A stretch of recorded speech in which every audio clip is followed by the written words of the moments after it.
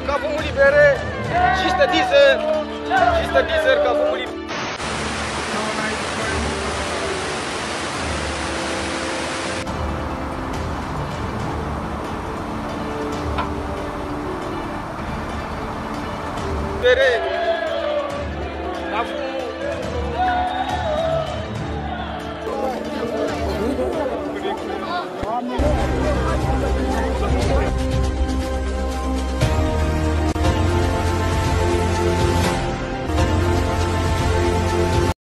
Reka nongere nguhereze ikaze wo gukurikirana Raza Media TV umunsi ku munsi.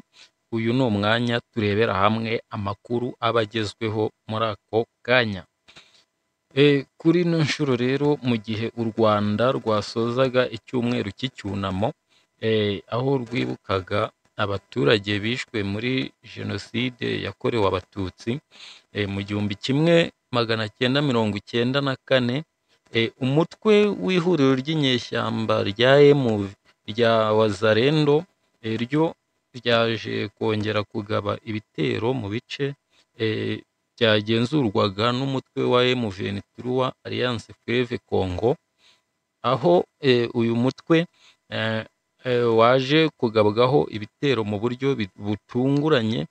Hari kuri iyi tariki ya 13 mu masaha y'isaa 4, aho hagaragaye abaturage bavuga ko Kavumu yabohojwe, cyangwa se aho izi ngabo za Wazalendo zerekezaga ku kibuga cy'indege cya Kavumu, aho iyi mirwano yari imaze kubera mu bice bikikije utu duce, aho M23 yataye nyine ibirindiro byayo maze bikabohozwa n'ingabo za Wazalendo. Aba barwanyi ba Wazalendo rero babohoje M23 ibice yari isanzwe iyoboye, mu gihe M23 yo yari yaravuze ko itazava mu bice yafashe, aho ndetse leta ya Kongo ikomeje kugenda ishyira igitutu kuri izi ngabo za M23 kuva mu bice yafashe, birimwo umujyi mukuru wa Kivu y'Amajyepfo ndetse n'umujyi mukuru wa Kivu y'Amajyaruguru. Aha muri Kivu y'Amajyaruguru hakaba ari ku ruhande rwa Goma mu majyepfo, hakaba ku ruhande rwa Bukavu.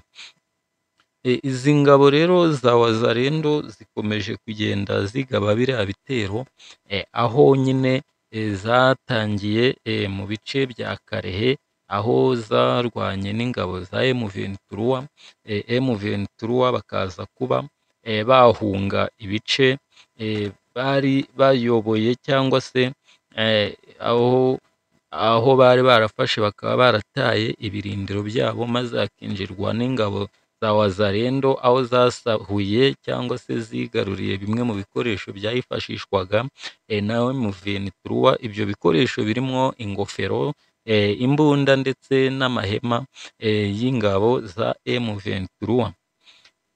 M23 rero kandi n'ubundi mu mpera z'iki cyumweru turangije, nabwo yaje kugabwaho ibitero hano mu majyaruguru ya Kivu, aho nyuma y'uko ibiganiro bihuza ingabo za M23 cyangwa se abayobozi bakuru ba M23 ndetse n'ingabo zo mu ruhande rw'ihuriro rya SADC ndetse no ku ruhande rw'ingabo zo muri SAMI DRC ziri mu kubungabunga ubutumwa bw'amahoro muri Repubulika Iharanira Demokarasi ya Kongo, cyane cyane mu gace k'uburasirazuba. Ahangaha M23 imara gusinyana amasezerano yo kugarura ituze ndetse n'amahoro mu gace k'uburasirazuba bwa kiriya gihugu.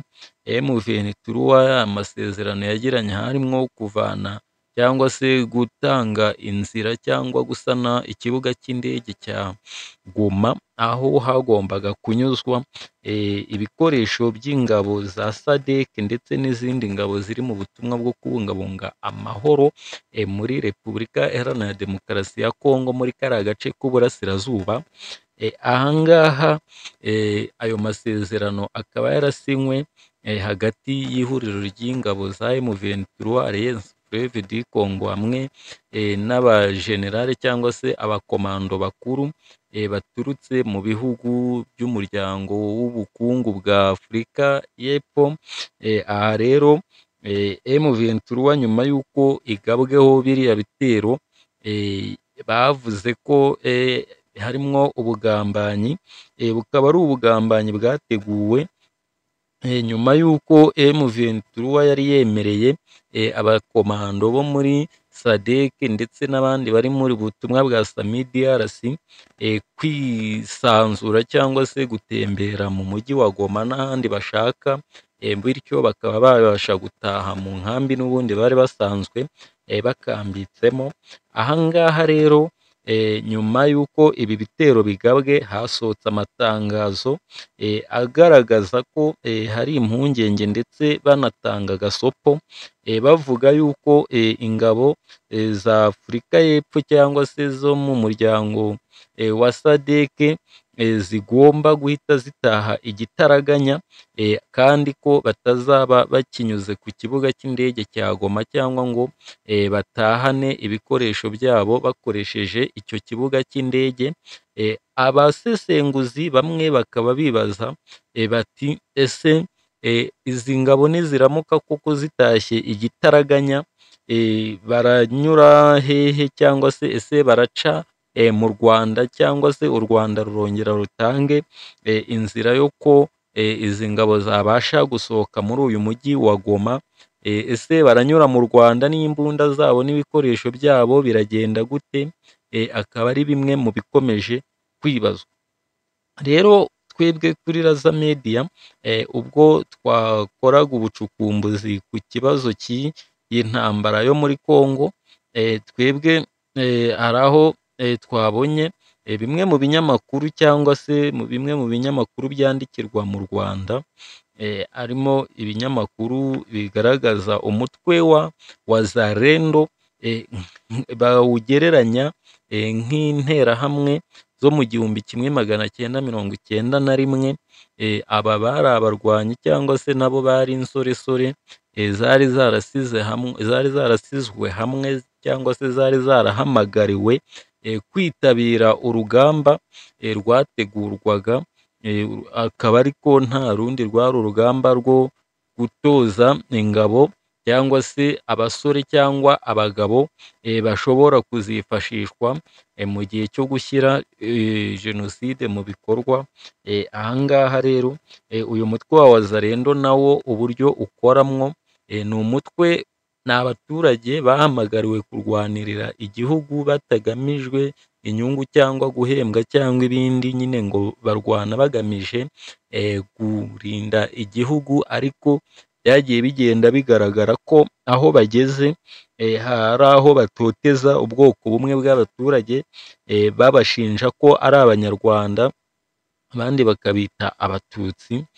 Aho babonye uwo muntu wo mw'ubwo bwoko rero n'ubundi bamukorera nk'ibyo interahamwe mu Rwanda zakoraga mu mwaka w'1994 ubwo hakorwaga jenoside yakorewe Abatutsi. M23 rero biri kwibazwa niba koko yemeye cyangwa se yirutse igata ibirindiro byayo mu mijyi ya za Kavumu na za Karehe, hariya muri Kivu y'Amajyepfo, aho bivugwa ko aba ba Wazalendo barimwo baragaba ibitero bagamije kwataka ndetse no gufata umujyi wa Bukavu n'umujyi wa Kavumu, ahari ikibuga cy'indege n'ubundi cyifashishwa mu kugurutsa indege mu ngendo z'abaturage baturuka muri Kivu y'Amajyepfo ku ruhande rw'abatuye ku mujyi wa Bukavu ndetse n'abandi nko ku ruhande rwo mu bice bya Bugarama n'ahandi, bashoboraga gutegera indege cyangwa se gufatira indege ku kibuga cy'indege cya Kavumu. Aha M23 ikaba yari yarahafashe mu ntangiriro z'ukwezi kwa kabiri. Murumva yuko atari igihe kinini cyari giciyemo, aho bahafashe baturutse mu mujyi wa Goma wo muri Kivu y'Amajyaruguru. M23 rero birimwo biribazwa koko niba irata ibyo bice hanyuma Wazalendo ikabikavaringa, dore ko Wazalendo yazanye imbaraga zidasanzwe, aho iri kugaba ibitero bitunguranye ku buryo n'ubutasi bwa M23 butari kumenya uko ibi bitero byagenze. Bari gushiduka nyine babona ibitero byabagezeho kandi byabagabweho ku buryo bigoranye kwirinda cyangwa guhagarara hamwe ngo bahangane na Wazalendo. Aba Wazalendo n'ubundi nk'uko bisanzwe ni abasirikare barwanirira igihugu ariko bahabwa amategeko cyangwa se bahabwa ibikoresho biturutse ku ruhande rwa Repubulika Iharanira Demokarasi ya Kongo. Inshuti bakunzi mukomeje gukurikirana Raza Media, ibi niho tuba duhiniye, nkwibutsa gukanda subscribe niba utarayikanda, ndetse no gukanda kukazogera kugira ngo nidufungura cyangwa se nidushyiraho video nshyashya uyikurikirane mu ba mbere. Turagushimiye wowe wabanye na Raza Media TV, ibihe byizuyemwo ibyiza byose nibyo tukwifuriza, ukomeze kugubwa neza aho uherereye.